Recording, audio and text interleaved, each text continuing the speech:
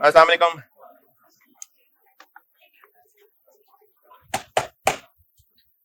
दुरूद शरीफ पढ़ें।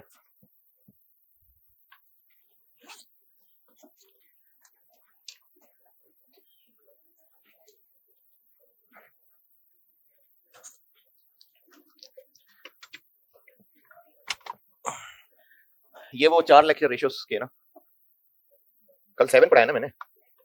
हाँ, तो वो 4 रेशियोज के, तो ये 12 हो गया। इसलिए रेशियोज के लेक्चर्स तो आपने खूब दिल लगा के पढ़ा होगा, सारे लेक्चर्स लिए होंगे दोबारा। नहीं, मैंने क्या कहा था मैं बताऊंगा तुझे। नहीं, क्या सीटी पे जानी थी मैंने क्या? नहीं, मैंने रेशियोज के बारे में क्या कहा है? मुझे कंफ्यूज कर दी है। नहीं, मैंने कहा था अगले 2-4 दिन में ले लिया सारे लेक्चर।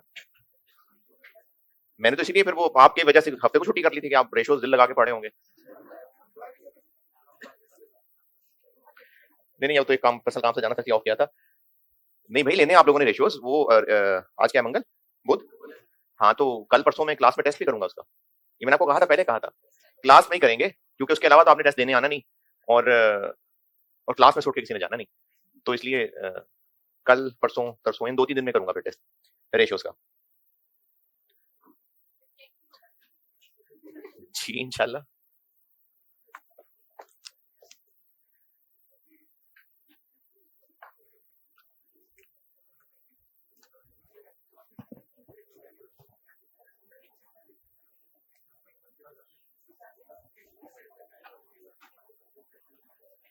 ये 37।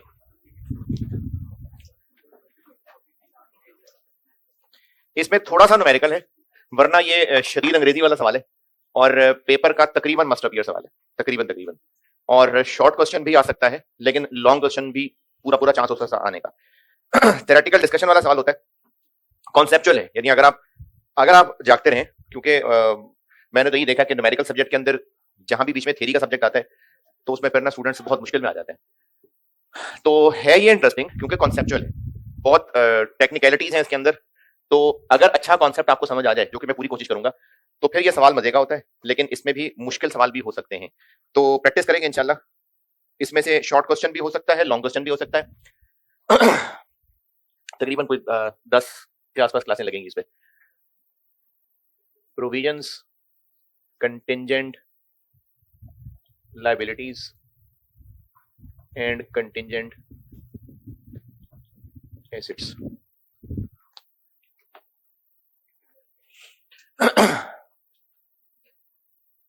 Provisions, contingent liabilities and contingent assets. ये जो इंग्लिश का सबसे छोटा वर्ड है, इस आईएस का सबसे बड़ा हिस्सा यही है, प्रोविजंस। ये तो 10 मिनट की चीज है, ये 10 मिनट की है, ये 2 मिनट की है। तो मेन जो है ना वो प्रोविजन है इसके अंदर। न्यूमेरिकल भी है इसके अंदर, न्यूमेरिकल आ जाए तो थोड़ा आसान हो जाता है, वरना जनरली ये डिस्कशन वाला सवाल होता है। और अगर एग्जामिनर को बहुत पसंद आ जाए तो इससे एक छोटा न्यूमेरिकल सवाल भी बना देगा और एक डिस्कशन वाला सवाल भी बना देगा। तो ये एग्जाम का तकरीबन मस्ट अपीयर है।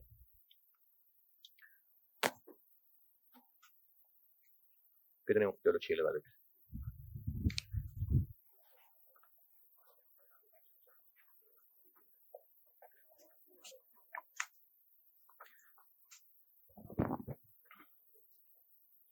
आज वो FR1 शुरू होना है ना, तो मैं उसका वो प्लान देख रहा था, तो काफी चेंजेस कर दिए। तो आप में से अगर किसी को पढ़ने का शौक हो और वो रिजल्ट के बाद दोबारा आना चाहता हो, तो चेंजेस हैं काफी।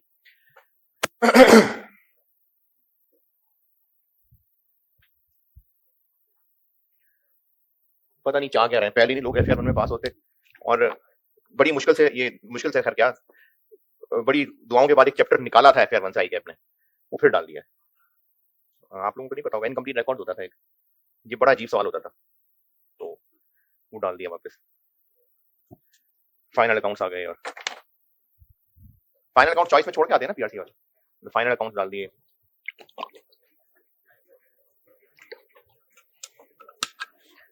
खैर आप लोगों को क्या लगे, आप तो इंशाल्लाह पास होके आगे चल रहे हैं आप, ये तो छोटे बच्चों का मसला है।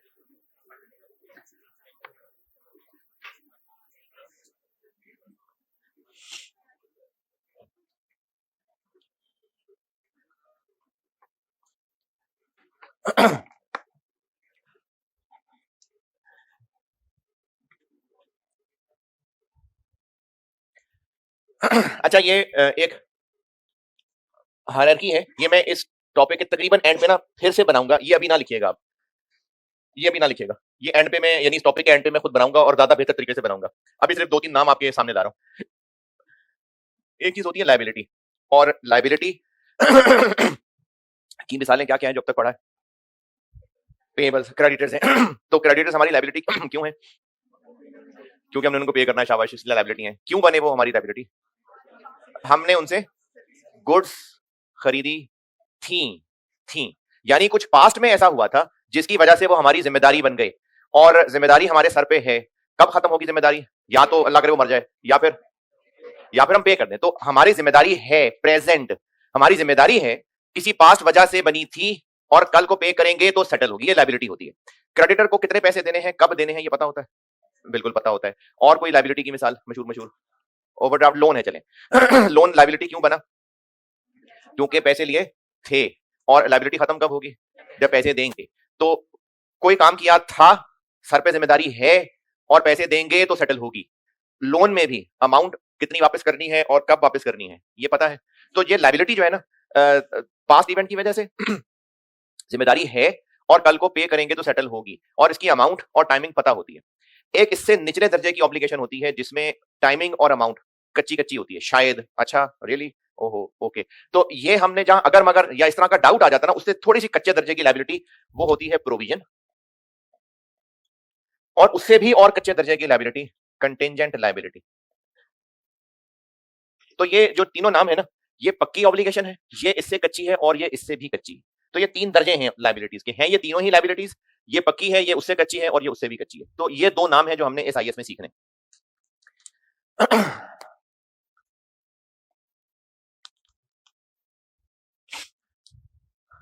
इसमें मैं आपको ना एग्जाम क्वेश्चन सभी करा सकूंगा जब हम पूरा आईएएस पढ़ लेंगे। तो वैसे तो सारी अकाउंटिंग ऐसी है, लेकिन इसमें चूंकि अंग्रेजी में डिस्कशन करनी होती है, तो ये तकरीबन तकरीबन आपको सारा ही याद करना जो जो लिखवा रहा हूं, तकरीबन। रट्टा नहीं, मतलब जैसे अकाउंटिंग याद करते हैं वैसे ही। इस आईएएस को शुरू करने से पहले, यानी इस आईएएस के इंट्रोडक्शन में एक डेफिनेशन है लायबिलिटी की। तो ये होती है एक present obligation as a result of past event. Liability होती है प्रेजेंट ऑब्लिगेशन, और ये पास्ट इवेंट की वजह से बनी होती है।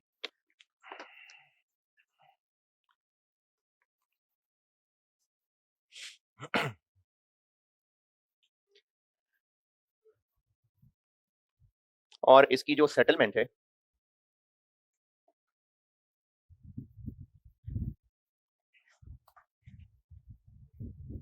expected to result in outflow of economic resources.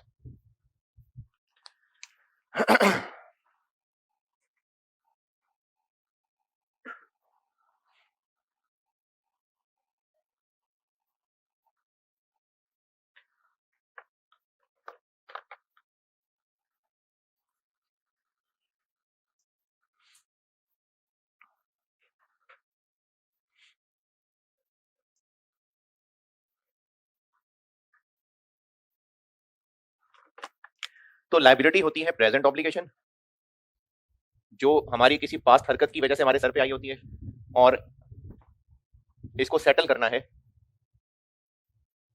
तो रिसोर्सेज का आउटफ्लो, ये होती है लायबिलिटी।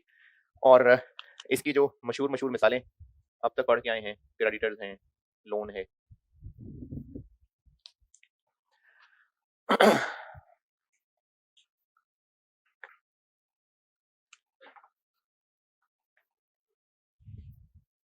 ये इस आईएएस को शुरू करने से पहले एक लायबिलिटी का कॉन्सेप्ट रिवाइज किया है कि लायबिलिटी बिजनेस की प्रेजेंट ऑब्लिगेशन होती है। प्रेजेंट क्यों कह रहे हैं? अगर लोन तुमने 20 साल बाद वापस करना है तो उसको प्रेजेंट क्यों कह रहे हैं?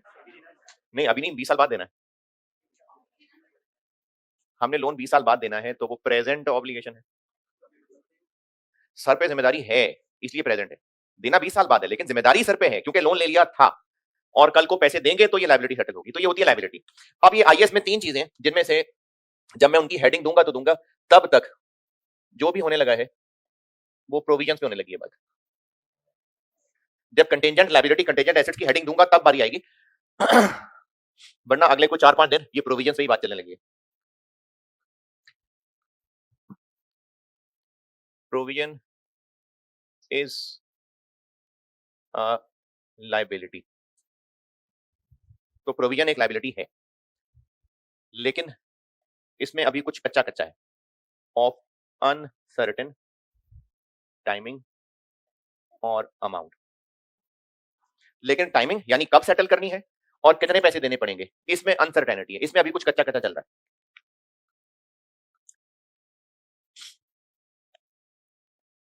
और इसकी मिसालों में ये मैं जितने नाम लिखने लगा हूं ना, ये सब ऑनवर्ड आ जाएंगे, यानी ये सब समझा दूंगा। अभी स्टार्ट पे कुछ तो लिखना है, तो ये अभी नहीं समझा रहा, लेकिन ऑनवर्ड ये बिल्कुल आएंगे समझ। प्रोविजन फॉर रिपेयर्स, बल्कि वारंटी रिपेयर्स कह लेता हूं। Provisions for damages, provision for dismantling, ज्यादा मशहूर यही हैं जो आ रही होंगी आगे सवालों में। प्रोविजन फॉर बैड डेट्स,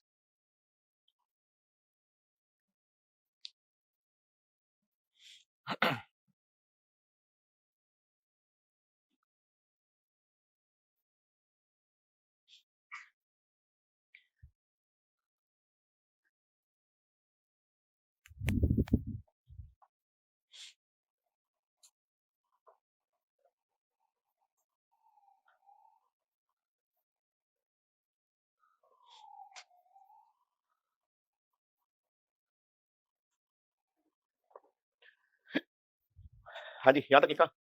अच्छा, ये मिसाल सही लिखी है मैंने, ये लिखनी चाहिए थी, प्रोविजन फॉर बैड डेट्स लिखनी चाहिए। प्रोविजन फॉर बैड डेट्स नहीं लिखनी चाहिए थी, क्यों?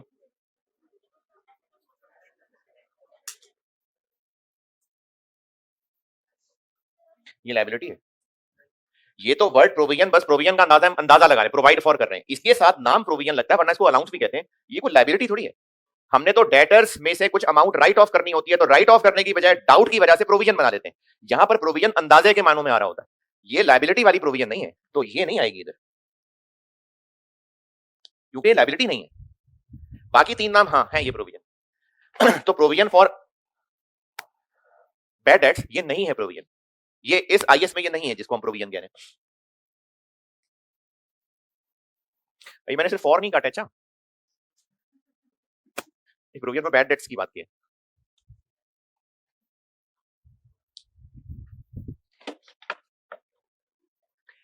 अगर ये लायबिलिटी है तो इस पे वैसे ही नॉलेज के लिए बता रहा हूं, वैसी नॉलेज के लिए इस पे अलग आईएस लिखने की जरूरत क्यों पड़ी? हमने कोई इलीगल काम किया, कोई कॉन्ट्रैक्ट ब्रीच कर दिया, कस्टमर से पैसे पूरे ले लिए और उसको खराब चीजें बेच दी। अगर वो कस्टमर कोर्ट में जाए और एविडेंस है उसके पास, क्योंकि हमने खराब चीजें बेची हैं, और कोर्ट हमें 5 लाख रुपए का ऑर्डर कर दे कि पेनल्टी आपने कस्टमर को देने डैमेजेस, कोर्ट का ऑर्डर आ गया, तो ये 5 लाख देना हमारी जिम्मेदारी है। क्यों पैसे देने हैं? क्योंकि जज ने कहा है। हमने इलीगल काम किया था, जज तो लीगली इंप्लीमेंट करवा रहा है उस कॉन्ट्रैक्ट की ब्रीच की सजा। पैसे हमने जज के कहने पे नहीं देने, लग यही रहा है कि ऑफिशियली जज ने कहा है तो देने। इसकी मैंने पहले भी एक मिसाल दी थी कि आपको चलान इसलिए हो रहा है कि वार्डन ने पकड़ लिया है ना, चलान सिग्नल तोड़ने की वजह से हो रहा है। वार्डन का पकड़ना, उसका चलान देना, ये तो उसकी इंप्लीमेंटेशन थी, वरना असल में लॉ तोड़ा था तो उसका चलान है। तो जज ने कहा है इसलिए नहीं 5 लाख देने, हमने कॉन्ट्रैक्ट के खिलाफ कोई हरकत की थी उसकी सजा है। मैचिंग कॉन्सेप्ट, ये एंड आ गया, हमने हरकत कर दी, कॉन्ट्रैक्ट तोड़ दिया, कोर्ट में कस्टमर चला गया, लेकिन अभी तक कोर्ट का फैसला नहीं आया। तो जब तक जज साहब कह नहीं रहे तो हम इस डैमेजेस पेएबल को बैलेंस शीट में शो ना करें, क्योंकि जज का फैसला तो अभी तक नहीं आया है जी। हाँ, तो पेबल शो होना चाहिए कि नहीं, लेकिन जज साहब ने फैसला तो भी नहीं किया। देखा ना, एक स्टूडेंट पेपर ही 25 नंबर का करके आया है और उसको कह रहे हैं पढ़ना शुरू कर दोगे जी, क्या पता पास हो जाऊं, रिजल्ट तो आ लेने दें। तो हमें पता है कि हमने, ये आपकी मिसाल नहीं थी भाई, आप तो पास हैं, किसी और की मिसाल थी। तो जज का फैसला अभी बेशक नहीं आया, लेकिन हमें पता है हमने कॉन्ट्रैक्ट तोड़ा है।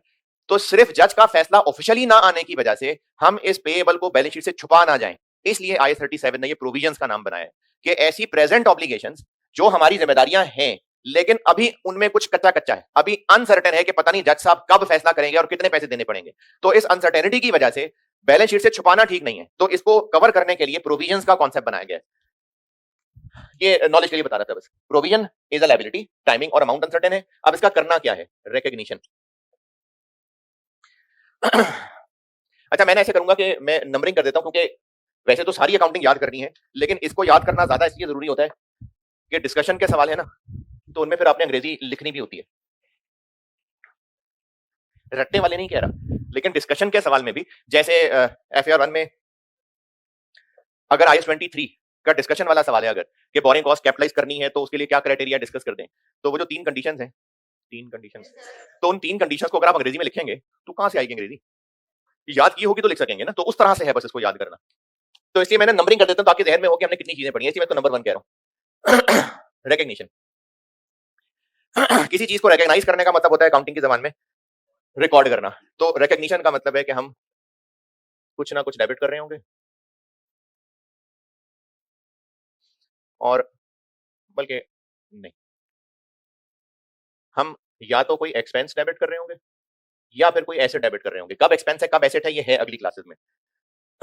और प्रोविजन फॉर कोई ना कोई नाम होगा, provision for repairs, provision for damages, तो हम प्रोविजन को रिकॉर्ड कर रहे होंगे। ये रिकॉग्निशन का मतलब है कि प्रोविजन को रिकॉग्नाइज कर लें।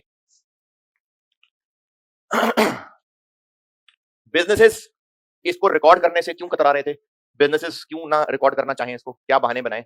ये अनसर्टेन है, अभी कहा थोड़ी है जज साहब ने। तो IAS कह रहा है कि नहीं आप रिकॉर्ड करें, लेकिन चूंकि अनसर्टेनिटी है तो उसकी वजह से ना IAS ने कुछ शर्तें बता दी। Provision shall be recognized, provision को रिकॉग्नाइज कर लेंगे when all of the following conditions are met। इसके लिए कंडीशंस हैं, वो सारी पूरी होंगी तो प्रोविजन रिकॉर्ड हो जाएगी।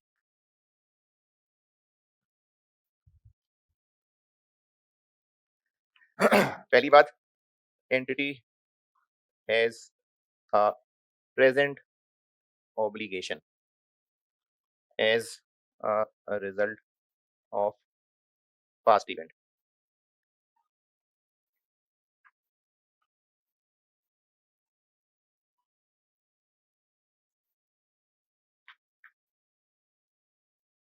दूसरी बात, it is probable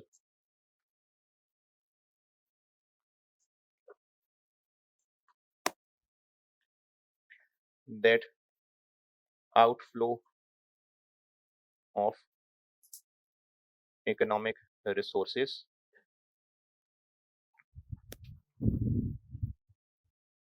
ये जरा आगे लिख रहा हूँ, ज्यादा नीचे हो जाएगा।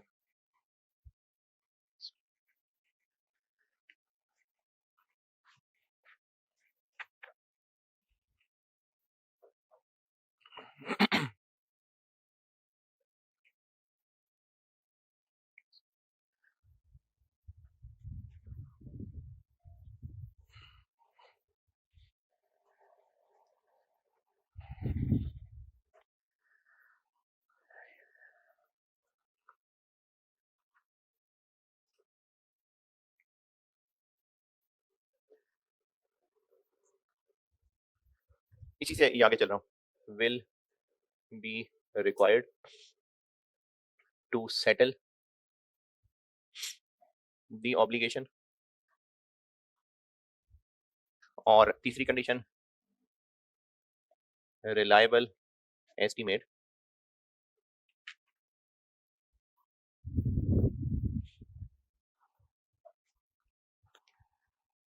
can be made for the amount of provision। ये 3 कंडीशंस हैं, तीनों पूरी होनी चाहिए। पास्ट में कुछ ऐसा हो चुका हो जिसकी वजह से हमारे सर पे जिम्मेदारी बन चुकी है, और कंफर्म है कि हमें पैसे देने होंगे? नहीं, कंफर्म नहीं है, प्रोबेबल है, और चूंकि कच्चा कच्चा है तो हम अंदाजा भी लगा सकते हो। ये 3 कंडीशन हैं, लेकिन इन तीनों को ना कुछ एक्सप्लेनेशन की जरूरत है, तो मैं यहां पर 3 चीजें हाईलाइट कर रहा हूं, प्रेजेंट ऑब्लिगेशन, पास्ट इवेंट और प्रोबेबल आउटफ्लो। इन तीन चीजों को मैं और एक्सप्लेन करने लगा, प्रेजेंट ऑब्लिगेशन, पास्ट इवेंट और प्रोबेबल आउटफ्लो। ये इन तीनों को और एक्सप्लेन करते हैं। बाकी इसकी कोई एक्सप्लेनेशन की जरूरत नहीं है, ये तो अंग्रेजी से ही पता चल रहा है। क्या मतलब है तीसरी कंडीशन का, कि कितनी अमाउंट की प्रोविजन बनानी है, तो इसका हम अंदाजा लगा सकते हैं। तो इसमें मजीद कुछ है नहीं एक्सप्लेन करने को। बाकी प्रेजेंट ऑब्लिगेशन क्या होती है, पास्ट इवेंट क्या होता है, और प्रोबेबल आउटफ्लो का क्या मतलब है, ये करता हूं मैं और एक्सप्लेन। तो इसको हम कह देते हैं एक्सप्लेनेशन ऑफ कंडीशंस। पहली है प्रेजेंट ऑब्लिगेशन। प्रेजेंट ऑब्लिगेशन को एक्सप्लेन करता हूं।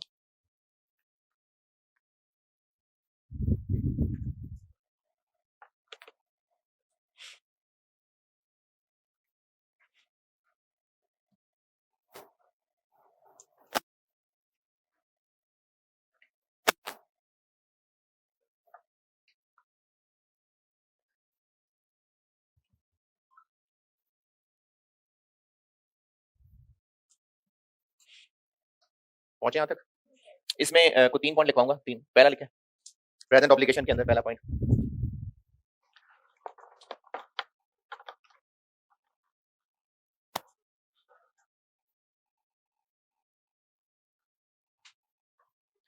पहले समझाता हूं आपको फिर लिखवाता हूं। अगर हमने कस्टमर को नहीं, चले पहले चलान की बात करते हैं। सिग्नल तोड़ दिया और अभी सिग्नल तोड़ के आगे पहुंचे ही थे, तो सामने अंदर से एकदम से दरख्त से वार्डन निकल आया। तो वो जो वार्डन ने रोक लिया, जब सलाम दुआ की हालचाल पूछा, तो अब जब वार्डन ने रोका है तो हो सकता है रियलाइज हुआ हो कि तो सिग्नल तोड़ दिया। जब तोड़ा था तो गौर नहीं किया था।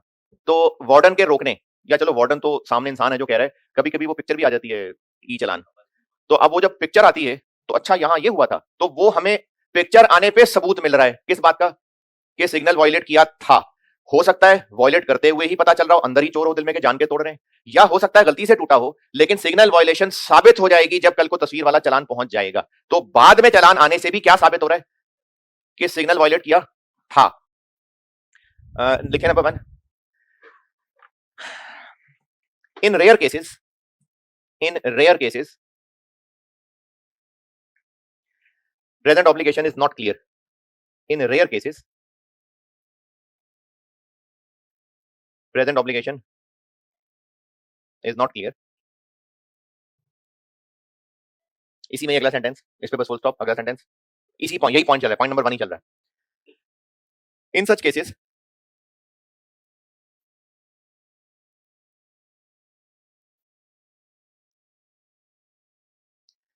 obligation is considered as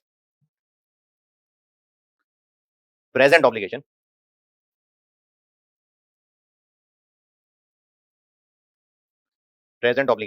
if it exists at year end, even if related evidence is obtained,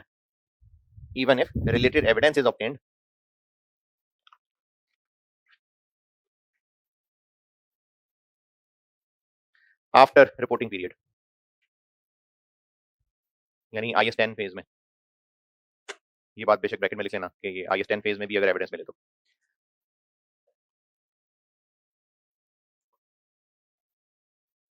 अच्छा, अगर तो ये पॉइंट क्लियरली समझ आ रहा है तो बेशक ये मिसाल ना लिखें। अगर लिखना चाहें तो उसकी मिसाल ये है कि हमने कोई कॉन्ट्रैक्ट ईयर एंड से पहले ब्रीच कर दिया था, हमें आइडिया नहीं था कि हम कोई इलीगल काम कर रहे हैं। ईयर एंड के बाद कस्टमर हमारे खिलाफ कोर्ट में गया है, तो कोर्ट में ये केस लग जाना क्या साबित कर रहा है कि हमने वाकई कॉन्ट्रैक्ट ब्रीच किया था। तो बेशक केस हमारे खिलाफ ईयर एंड के बाद ही क्यों ना हो रहा हो, लेकिन हरकत ईयर एंड से पहले हो चुकी है, तो प्रेजेंट ऑब्लिगेशन वाली कंडीशन पूरी हो चुकी है। ये मिसाल दोबारा बता रहा हूं, अगर हम कोई हरकत ईयर एंड से पहले कर चुके, हमें अंदाजा नहीं था, लेकिन ईयर एंड के बाद हमारे खिलाफ केस हुआ, तो ईयर एंड के बाद हो रहा है बेशक, लेकिन साबित हो रहा है कि हमने इलीगल हरकत की थी, इसलिए ईयर एंड पे प्रेजेंट ऑब्लिगेशन मौजूद थी। नहीं समझ आ रही मिसाल? दोबारा बता देता हूं। इस पॉइंट की मिसाल ये बताई है कि ईयर एंड के बाद हमारे खिलाफ केस हुआ है, लेकिन जिस हरकत पे केस हुआ है वो हरकत ईयर एंड से पहले हुई थी। तो ईयर एंड के बाद केस होना यह साबित कर रहा है कि ईयर एंड पे हमारी प्रेजेंट ऑब्लिगेशन थी।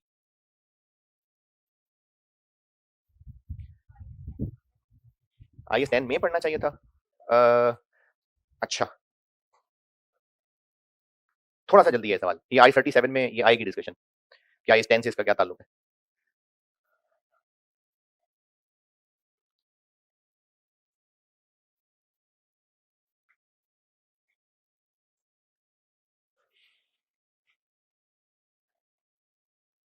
अच्छा, ये रिकॉर्डिंग वाले स्टूडेंट्स भी मैंने जो अगले 2-3 दिन में कहा है कि रेशियोज का टेस्ट क्लास में ले रहा हूँ, तो मैं कैमरा ऑन ही रखे होऊंगा। आप भी ना उसी बीच वो टेस्ट कर लेना। वैसे मेरा क्या कंट्रोल है इस पे, यहाँ वाले तो चलो कमरे से बाहर कैसे निकलेंगे, लेकिन आप पे तो कोई कंट्रोल नहीं है, आप तो लेक्चर भी 2 की स्पीड पे सुन लें। लेकिन आपके भले के लिए कह रहा हूँ कि मैंने कैमरा भी इसीलिए ऑन रखा होगा कि आप समझो लेक्चर का हिस्सा है। तो रेशियोज का टेस्ट सॉल्व कर देना साथ ही, जब ये लेक्चर अगले 1-2 दिन में टेस्ट ले लूंगा क्लास में, तो आप लोग भी बेटे साथ साथ ही देना टेस्ट। अगर कोई लिख रहा था मिसाल तो लिख ली, चलो आगे।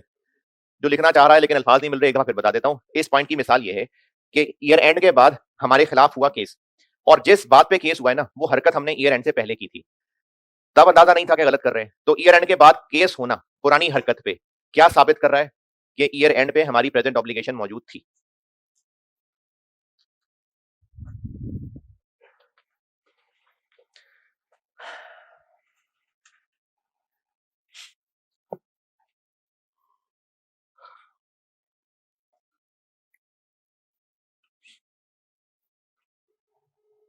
अगला पॉइंट लिखें।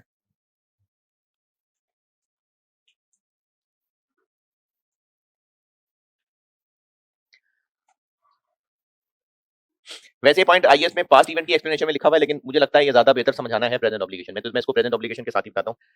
अगला पॉइंट लिखें, obligation is present, obligation is present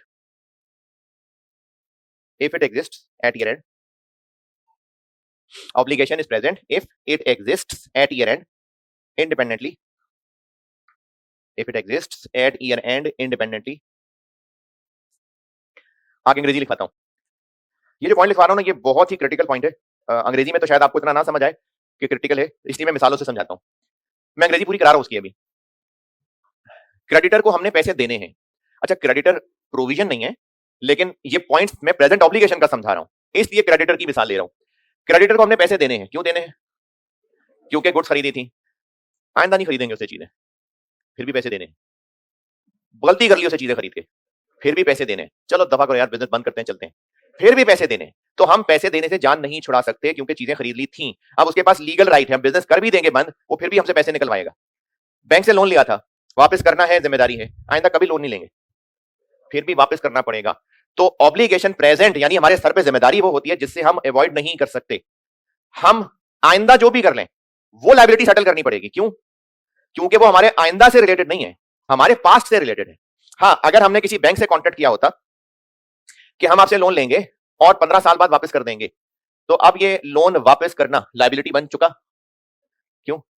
भाई हम लोन लेंगे तो वापस करेंगे ना। अगर हम लोन ही ना लें, ठीक है, माजरत कर देंगे जी, सॉरी आपको तंग किया, लेकिन लोन वापस करना डिपेंडेंट है हमारे लोन लेने पे, तो ये नहीं है प्रेजेंट ऑब्लिगेशन। तो प्रेजेंट ऑब्लिगेशन वो है जो हम पास्ट में कर चुके, अब फंस गए, अब अवॉइड नहीं कर सकते, तो ये प्रेजेंट ऑब्लिगेशन है। अगर अवॉइड कर सकते होते तो फिर वो प्रेजेंट ऑब्लिगेशन ना होती।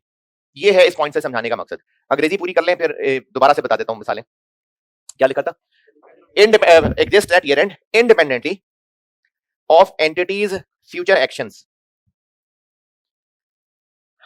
ऑफ एंटिटीज इंडिपेंडेंटली ऑफ, यानी किससे इंडिपेंडेंट? तो independently of entities future actions.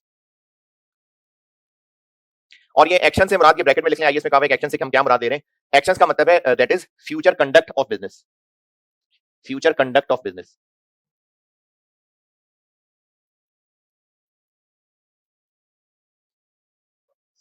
वरना फ्यूचर एक्शन ये भी तो हो सकता है ना कि हम जाके क्रेडिटर के पांव पड़ जाएं, माफ कर दो, नहीं माफ करोगे जाएंगे नहीं, यहीं जान दे देंगे, तो फिर हो सकता है वो माफ कर दे, तो फिर तो हमारे फ्यूचर एक्शन पे डिपेंडेंट हो गया ना। तो इसको नहीं फ्यूचर एक्शन कह रहे। फ्यूचर एक्शन किसको कह रहे हैं?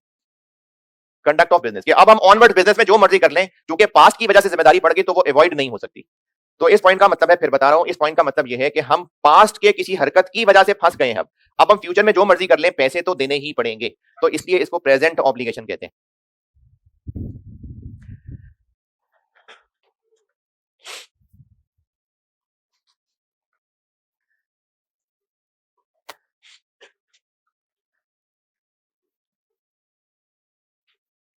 अच्छा, वैसे तो आगे सवालों में भी काम आएगी ये टिप जो मैं बता रहा हूं, लेकिन इस पॉइंट की टिप है, आप अभी भी लिख लें, सवालों के टाइम पे मैं फिर दोहरा दूंगा।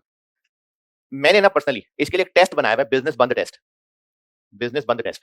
आपको अगर ये पहचानना है ना कि ये लायबिलिटी प्रेजेंट ऑब्लिगेशन है कि नहीं, तो आप एक्सट्रीम सिचुएशन सोचें कि अगर बिजनेस बंद कर दें तो क्या होगा। तो क्रेडिटर को पैसे अगर हम बिजनेस बंद कर दें तो देने पड़ेंगे, तो ये प्रेजेंट ऑब्लिगेशन है। लोन लिया हुआ है, अगर बिजनेस बंद कर दें तो देने पड़ेंगे। तो एक्सट्रीम सिचुएशन क्या है कि नहीं कर लेंगे, बिजनेस बंद कर दें, जाओ जो मर्जी कर लो। तो अगर फिर भी वो अगले पैसे हमसे निकलवा सकते हैं तो इसका मतलब हाँ है हमारी लायबिलिटी। तो अगर किसी को प्रेजेंट ऑब्लिगेशन पहचानना है तो आप बिजनेस बंद टेस्ट लगाकर भी देख सकते हैं कि अगर बिजनेस बंद करें तो क्या जान छूटती है कि नहीं छूटती। अगर नहीं छूट रही तो इसका मतलब है प्रेजेंट ऑब्लिगेशन। तो ये एक टिप है, ये सवालों में दोहरा दूंगा मैं इस पॉइंट को पहचानने के लिए। ये सवालों की प्रैक्टिस कराऊंगा ना, फिर दोहरा दूंगा।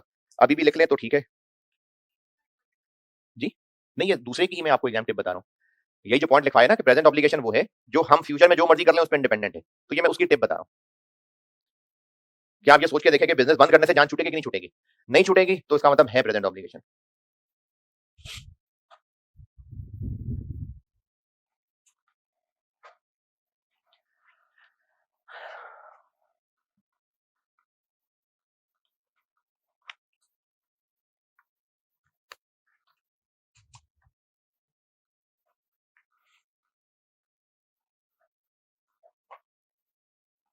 इसी पॉइंट की और मिसाल बताता हूं।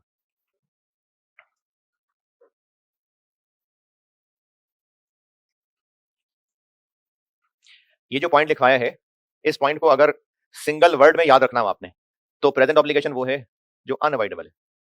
अनअवॉइडेबल अवॉइड नहीं हो सकती तो है प्रेजेंट ऑब्लिगेशन। अच्छा, इसी पॉइंट की और मिसालें बताता हूं।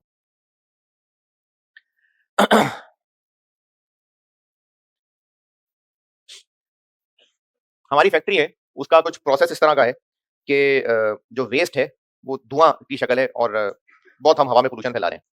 तो गवर्नमेंट ने हमें नोटिस भेजने शुरू कर दिए, जी फिल्टर लगवाएं आप। गवर्नमेंट का नोटिस आ गया।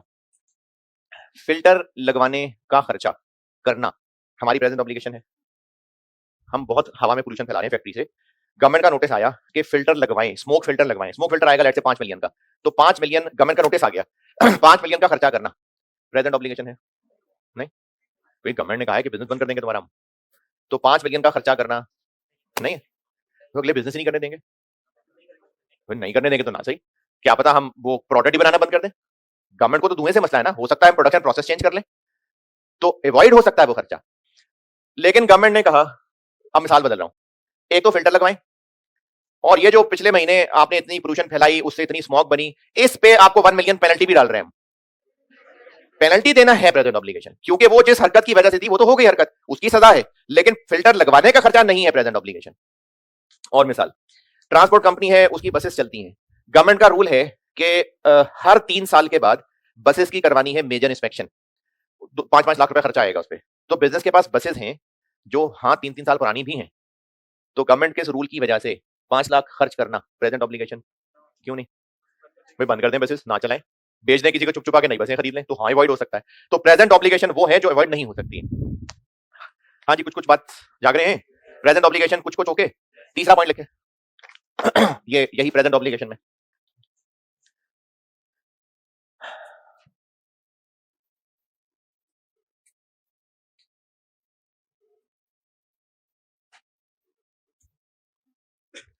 ये तीसरा इसी में, ये प्रेजेंट ऑब्लिगेशन को एक्सप्लेन कर रहा हूं।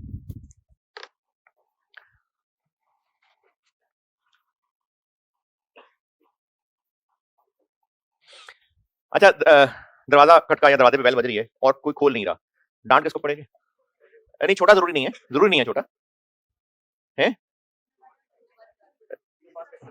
जो नहीं, जो रेगुलर दरवाजा खोला करता है, कुछ छोटा भी हो सकता है, बड़े भी हो सकते हैं, घर में दरमियाना भी हो सकता है, हर घर की डिफरेंट कहानी है। तो वो जो दरवाजा खोला करता है, तो अगर कोई दरवाजा नहीं खोल रहा तो उसको डांट पड़ रही है। अच्छा, इसी तरह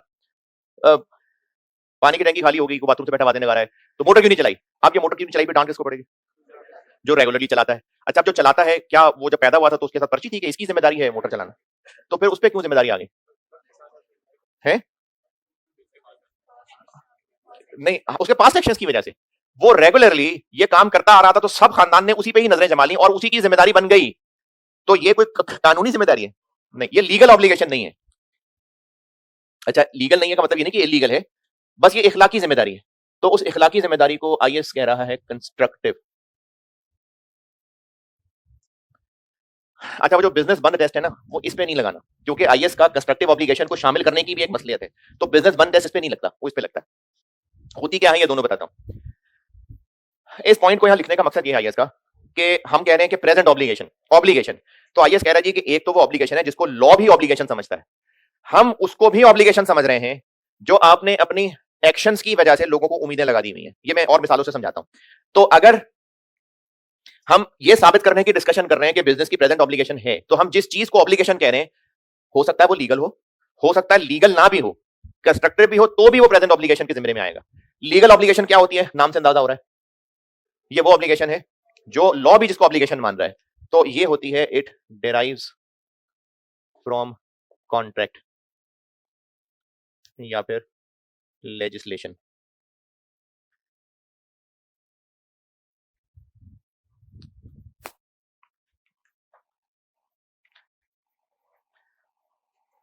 मिसाल के तौर पे पेनल्टी फॉर कॉन्ट्रेक्चुअल ब्रीच, हमने कोई ब्रीच किया है, कोई काम था वो पूरा नहीं किया, उसकी वजह से पेनल्टी पड़ रही है, तो ये पेनल्टी देना, ये हमारी लीगल ऑब्लिगेशन है।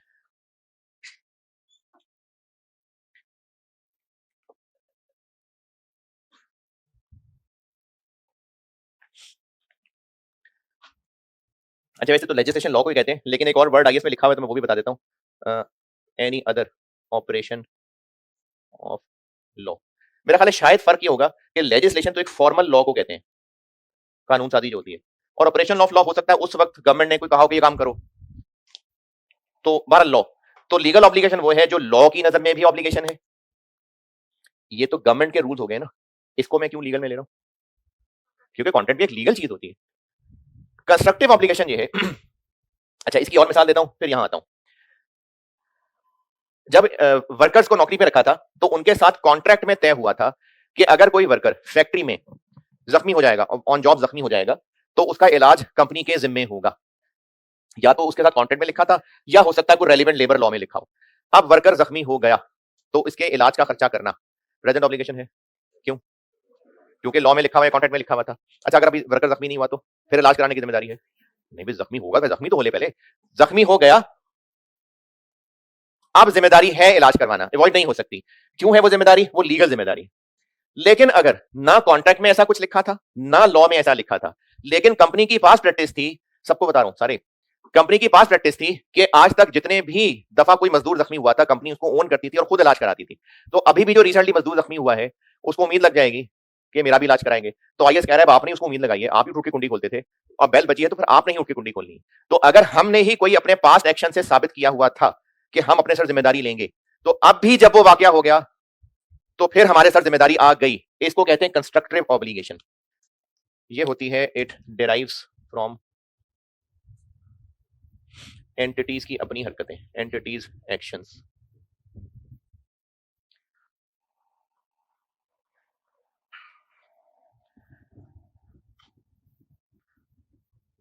एंटिटीज के वो actions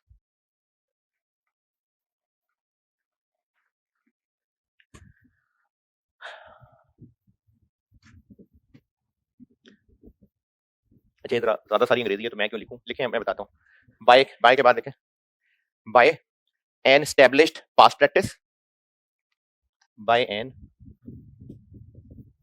established past practice.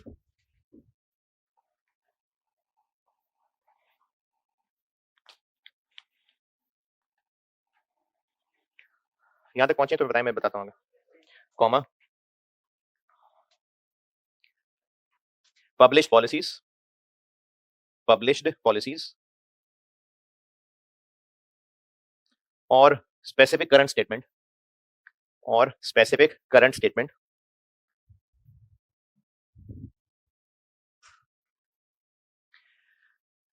the entity has indicated the entity has indicated to other parties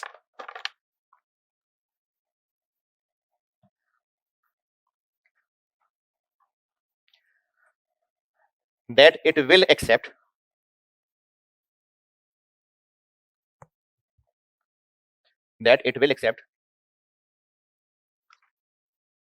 certain responsibilities, certain responsibilities. यहां तक कि अंग्रेजी पढ़ के देखें, मतलब समझ आ रहा है? पास्ट प्रैक्टिस की वजह से, स्टैब्लिश पास्ट प्रैक्टिस, पिछले कई सालों से मजदूरों का इलाज कराते आ रहे हैं, establish past practice. Published policies, अच्छा पब्लिश्ड पॉलिसीज वो जिनको लॉ की हैसियत हासिल नहीं है, जैसे किसी ऑफिस में नोटिस बोर्ड पे लगाओ कि आज से वर्किंग आवर्स 8 से 4 हैं, तो अगर वो महीने बाद उसको 9 से 5 कर दें तो इस पे कोई कोर्ट एक्शन ले लेगी। तो इन्होंने नोटिस पे लगाया तो कहीं अपनी बात से मुकर गए हैं। आपने तो पब्लिश नोटिस पे लगाया तो बात से ही मुकर गए आप। नहीं, इंटरनल पॉलिसीज हैं। पब्लिश का मतलब है जो लोगों को पता है, लेकिन अपनी पॉलिसीज हैं। तो अपनी पॉलिसीज थी कि हम एक फैमिली हैं और ये वर्कर्स भी हमारी फैमिली का ऐसा है, तो हम ही इलाज कराया करेंगे। तो अगर कल को मुकर गए तो मुकर गए। या सेठ साहब ने अभी एक तकरीब में ऐलान किया था और कहा था कि आप सब हमारी फैमिली का हिस्सा है, किसी को मसला हो तो मैं जिम्मेदार हूं, तो अब सेठ साहब मुकर गए बाद से बाद में। तो ये जो सेठ साहब का कहना है, specific current statement, publish policies या पास्ट प्रैक्टिस, तो इन चीजों की वजह से, अच्छा वो मुकर गए वाला जुमला मैंने सही नहीं बोला, वो तो कौन सा खराब करेगा, नहीं मुकर गए नहीं, कोई नहीं मुकरे। सेठ साहब ने ऐलान कर दिया हो, यानी कोई जिम्मेदार बंदा ऐलान कर रहा हो, पास्ट प्रैक्टिस हो, या कहीं नोटिस बोर्ड पे इस तरह की चीजें लगी हो, तो इससे एंटिटी ने क्या इंडिकेट किया है, एंटिटी हैज इंडिकेटेड कि वो कुछ जिम्मेदारियां एक्सेप्ट करेगी। And as a result,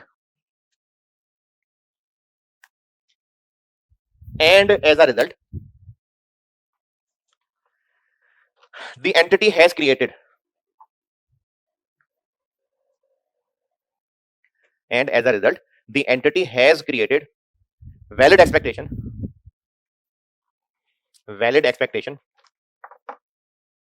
that it will discharge those responsibilities.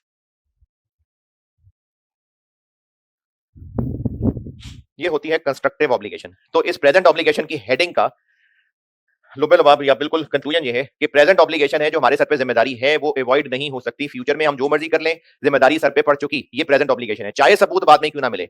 और ये ऑब्लिगेशन लीगल शक्ल में भी हो सकती है, कंस्ट्रक्टिव शक्ल में भी हो सकती है। पास्ट इवेंट, इसमें दो बातें हैं। पास्ट इवेंट, अब पास्ट इवेंट को एक्सप्लेन करते हैं। ये बात चल रही है कंडीशंस, उनकी एक्सप्लेनेशन, और एक्सप्लेनेशन कर रहा हूं इन तीन चीजों की, प्रेजेंट ऑब्लिगेशन, पास्ट इवेंट और प्रोबेबल आउटफ्लो। तो अब मैं पास्ट इवेंट को एक्सप्लेन करने लगा।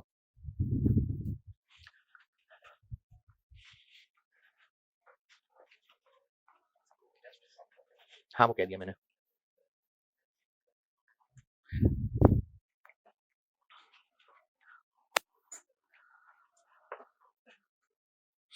रेशियोज का अगर कोई 20 को नंबर का सवाल हो तो कितना को टाइम लगेगा? 2 घंटे,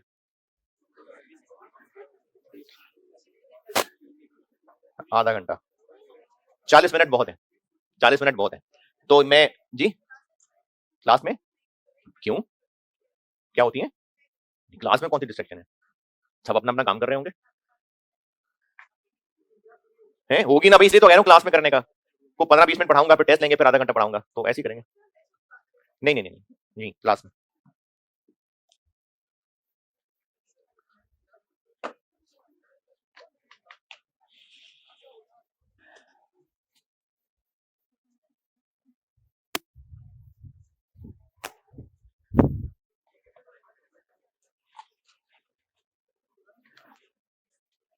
पास्ट इवेंट समझा रहा हूं, फिर अंग्रेजी लिखवाता हूं।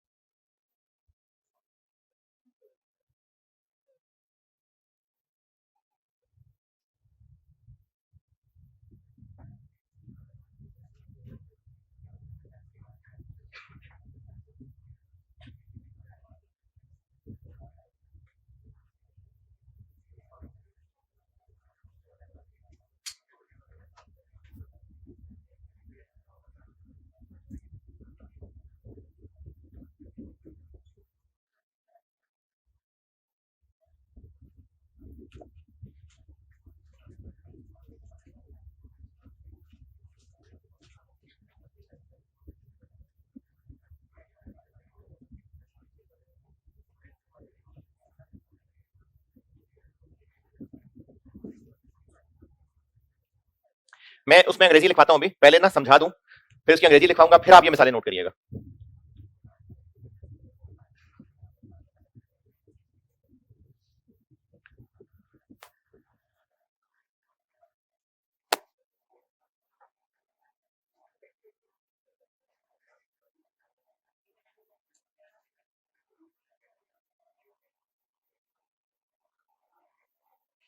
इकतीस अगस्त को ना कोर्ट का फैसला आया कस्टमर के हक में।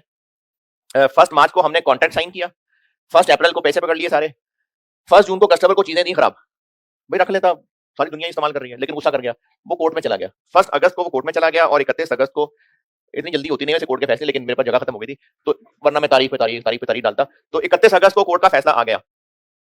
अब ये जो हमें डैमेजेस पे करने पड़ेंगे, डैमेजेस पे करने की वजह क्या है?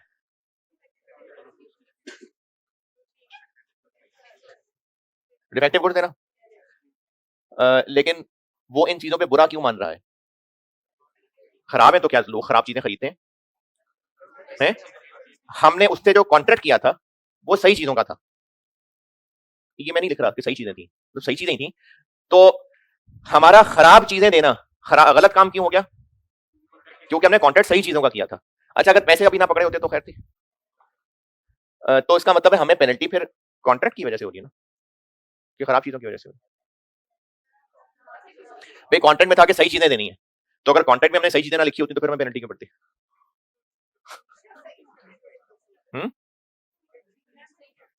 हमें पेनल्टी कॉन्ट्रैक्ट की वजह से पड़ रही है। क्यों इतना साफ सुथरा कॉन्ट्रैक्ट किया, तभी कॉन्ट्रैक्ट की घुमा फिरा के कर लेते। तो हम कॉन्ट्रैक्ट की वजह से फंस रहे हैं, पैसे पकड़ लिए इसलिए फंस रहे हैं, खराब चीजें दी इसलिए फंस रहे हैं, वो कोर्ट में चला गया इसलिए फंसे हैं, खराब चीजें देने की वजह से। ठीक है, एक और मिसाल, कॉन्ट्रैक्ट साइंड हो गया गवर्नमेंट के साथ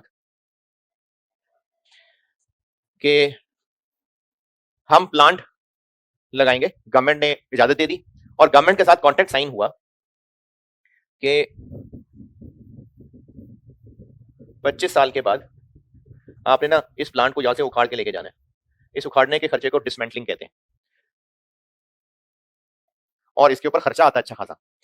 तो गवर्नमेंट के साथ कॉन्ट्रैक्ट साइन हो गया कि हमने 25 साल के बाद प्लांट को उखाड़ना है और इस पे खर्चा आना है। प्लांट हमने 1 मार्च को खरीद लिया और 1 जून को प्लांट हमने इंस्टॉल कर लिया। हमें 25 साल के बाद ये जो प्लांट उखाड़ने का खर्चा करना है, इस खर्चा करने की रीजन क्या है? गवर्नमेंट से कॉन्ट्रैक्ट करना, प्लांट खरीदना या प्लांट लगाना? अच्छा, प्लांट उखाड़ने पे खर्चा होता है, तो प्लांट उखाड़ने का खर्चा, लेकिन हमने गवर्नमेंट से वादा किया था तो इसलिए उखाड़ना पड़ रहा है ना। तो अगर हम प्लांट लगाते ही ना और गवर्नमेंट से सॉरी करके चले जाते तो फिर गवर्नमेंट वाले थोड़ी कहते आओ लगाओ, पहले लगा लिया चलो अब ले जाओ। अगर हम प्लांट लगाने से पहले मुकर जाते तो मुकर जाते। तो प्लांट उखाड़ने का खर्चा किस वजह से हो रहा है? इंस्टॉल करने की वजह से। अब इन दोनों मिसालों के अंदर डेट भी मैंने सेम ही रखी है। अगर ईयर एंड, यानी हम जिस साल के एंड पे खड़े हैं और ये सारी फाइनेंशियल स्टेटमेंट्स बना रहे हैं और IAS 37 डिस्कस कर रहे हैं, अगर ईयर एंड 30 अप्रैल हो, 30 अप्रैल 30th, दोनों मिसालों में मैंने सेम डेट रखी है, 30th अप्रैल 25 अगर ईयर एंड है तो पेनल्टी पे करने की, डिसमेंटलिंग का खर्चा करने की, पास्ट इवेंट की वजह से ऑब्लिगेशन है। मैं इस वक्त ऑब्लिगेशन ही पास्ट इवेंट पे फोकस कर रहा हूं। पास्ट इवेंट हो चुका, क्योंकि प्रेजेंट ऑब्लिगेशन को अगर हमने लायबिलिटी बनाना है तो पास्ट इवेंट होना भी तो शर्त है। तो हम 30 अप्रैल 25 पे खड़े हैं, पास्ट इवेंट वाली शर्त पूरी हो गई। क्यों? हम अगर 30 अप्रैल पे खड़े हैं, ईयर एंड अगर 30 अप्रैल है तो पास्ट इवेंट वाली शर्त पूरी हो गई। लेकिन कॉन्ट्रैक्ट तो हो गया था, प्लांट खरीद लिया था, ये भी तो इवेंट्स ही हैं जो पास्ट हुए थे। मैं सवाल दोबारा पूछता हूं, अगर ईयर एंड 30th अप्रैल है, 30th अप्रैल 25, और इस वक्त डिस्कशन ये चल रही है कि हमें बैलेंस शीट में प्रोविजन बनानी है कि नहीं बनानी तो है खर्चे की ना, कि हमें डैमेजेस देने होंगे, डिसमेंटलिंग का खर्चा करना होगा, ये खर्चा है ना। अच्छा चलें एक एक करके पूछ लेता हूं, इसमें मैं किस चीज की प्रोविजन बनाने की बात कर रहा हूं? नीली वाली मिसाल में खर्चा क्या है? डैमेजेस की बात कर रहा हूं कि डैमेजेस देने की प्रोविजन बनानी है कि नहीं बनानी, ये बात हो रही है। तो अगर ईयर एंड 30 अप्रैल है, 30th अप्रैल, ऊपर नीली वाली मिसाल की बात कर रहा हूं, तो पास्ट इवेंट वाली कंडीशन पूरी हो गई, 30 अप्रैल ईयर एंड, लेकिन ये इवेंट्स पास्ट हो तो गए, ये भी तो इवेंट है, ये भी तो इवेंट है। उस इवेंट का पास्ट होना जरूरी है, पास्ट यानी 30 जून तक हो चुका हो, जिसकी वजह से ऑब्लिगेशन अराइज हो रही है, तो पास्ट इवेंट वाली कंडीशन पूरी होगी। लंबी हो गई बात। ये जो पास्ट इवेंट वाली कंडीशन है ना, इसमें वर्ड से पता चल रहा है कि कोई वाकया हो चुका हो। पास्ट इवेंट कब तक हो चुका हो? तो ये दूसरी कंडीशन नहीं, पास्ट इवेंट वाली कंडीशन तब पूरी होगी अगर ईयर एंड तक वो वाकया हो चुका हो जिसकी वजह से जिम्मेदारी क्रिएट हो रही है, तो पास्ट इवेंट की शर्त पूरी होगी। वरना पास्ट इवेंट तो कॉन्ट्रैक्ट साइन होना भी है, बिजनेस का बनना भी है, हमारा दुनिया में आना भी है, पाकिस्तान का बनना भी है, दुनिया का बनना भी है, वो भी सब पास्ट है। लेकिन हम किस इवेंट का पूरा हो जाने को पास्ट इवेंट कह रहे हैं? जिसकी वजह से ऑब्लिगेशन बनेगी।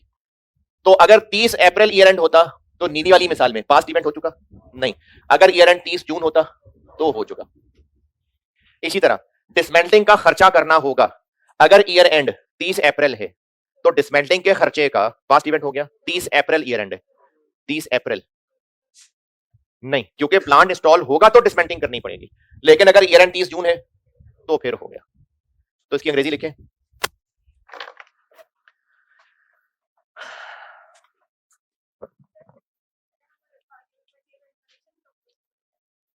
नहीं, परचेज कैसे ऑब्लिगेशन? अच्छा, इस वक्त ना मैं डिस्कस ये कर रहा हूं कि वो जो डिसमेंटलिंग के ऊपर 10 मिलियन खर्च होना है उस खर्चे की बात कर रहा हूं। हो सकता है कि गवर्नमेंट ने कहा हो कि अगर आप मुकरे तो 5 लाख पेनल्टी देनी है, वो 5 लाख अलग चीज है। मैं इस डिसमेंटलिंग के खर्चे की बात कर रहा हूं।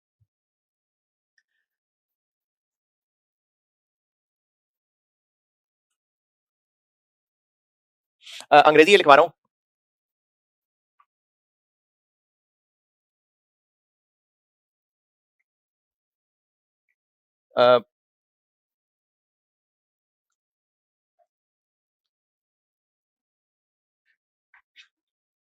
पास्ट इवेंट, इसका पॉइंट नंबर 1, अगला पॉइंट कल लिखवाऊंगा, वो थोड़ा ज्यादा लंबा है, वो कल लिखवाऊंगा। ये जो समझाया है इतनी मेहनत से, बस ये अंग्रेजी एक पॉइंट लिख ले। ये मैंने ना ये हेडिंग दे दी थी, जिन्होंने नहीं देखा, मैंने पहले प्रेजेंट ऑब्लिगेशन लिखा था, उसके 3 पॉइंट्स लिखवा दिए। अब मैंने पास्ट इवेंट की हेडिंग दी थी। हम पास्ट इवेंट को एक्सप्लेन कर रहे हैं, कंडीशंस बताई थी, इन 3 चीजों को एक्सप्लेन करने लगा था। तो पास्ट इवेंट की हेडिंग दी थी, उसमें पॉइंट 1 लिखवा रहा हूं। पास्ट इवेंट ब्रैकेट में अपने अल्फाज में लिख लें, यानी ईयर एंड तक हो चुका हो। पास्ट इवेंट का मतलब है जो ईयर एंड तक हो चुका है, उसी उसको पास्ट कह रहे हैं।